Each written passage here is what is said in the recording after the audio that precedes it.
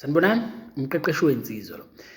Kunensizwa engibhalelile la. Umfethu uyabuza uthi, ngabe nginephutha yini la if ingane ikunika inamba yayo bese uyafona ngaleso sikhathi nisandawonye ukucheck nje ukuthi ikunike inamba esebenzayo yini and mayikunike inamba wrong kuchazani.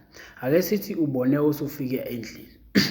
So uyabuza umfowethu. Yabona nansi into ekumele uyazi ngamantombazane. Khona intombazane uthola ukuthi ukhuluma nayo kuyahlekwa kumnandi kunjaya.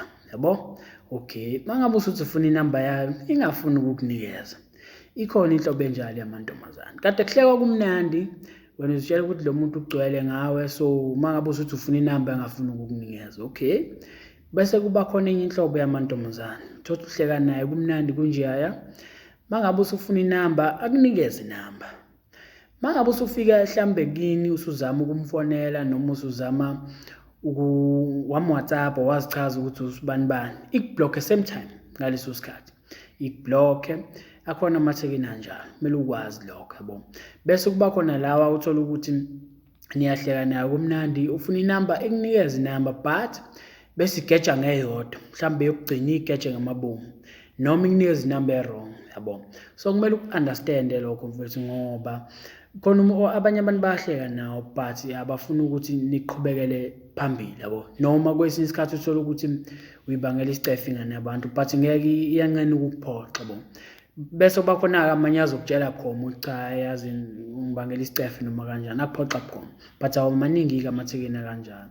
So kumele uunderstand mfethu wena mangabe usuthatha ifoni yakho usuyi-check inamba khoma la umuntu ekade nje ukunikeza, that's a sign yokuba desperate, that's a sign ye-insecurity yabo. So ungakuvumeli lokho, ungakwenzi lokho. Ngibona abantu abaningi bekwenza, so leyo nto ungaboyenza mfethu.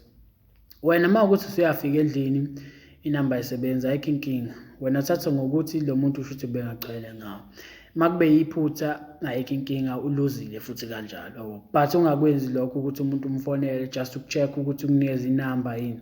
Mawukuthi ukunike ngamabomu inamba wrong uzothini? Uzofuna ilungise manje yabo. So now mhlawumbe usuya-check mhlawumbe usekunikeza nje enye inamba yabo. So awufuna ukumbeka kuleso simo. Umuntu mekunikeza inamba nje uyithatha inamba uzihambele. Mawukuthi mhlawumbe khona shutdown noma i-wrong ayikho inkinga accept yabo. Mhlambe lo muntu akagcwele ngawo yabo. So kumele ukunderstand lokho because mangabe uyi-check inamba la umfonela isayini enkulu leyo uba desperate ushuthi uyinsizwa insecure yabo. So ukwamukele nje mfethu okutholayo either kuyikona noma kukona because chaza something kona yabo. So mangabe inamba ingasebenzi chaza something, mangabe isebenza kuchaza something futhi nalokho yabo. So ngiyathemba uyaphenduleka mfethu kulo mbuzo wakho. Ungaphindi ukwenze lokho, bayakwenza abaningi but wena ungabe ukwenza lokho. Ungabe unikeza intombazane ipressure engenasidingo. Mhlawumbe ukunike wrong ngamabomu just ukuthi nje mawususukile ungambangela isicefe yabo. So kumele ukunderstand konke lokho yabo. Sure mfethu.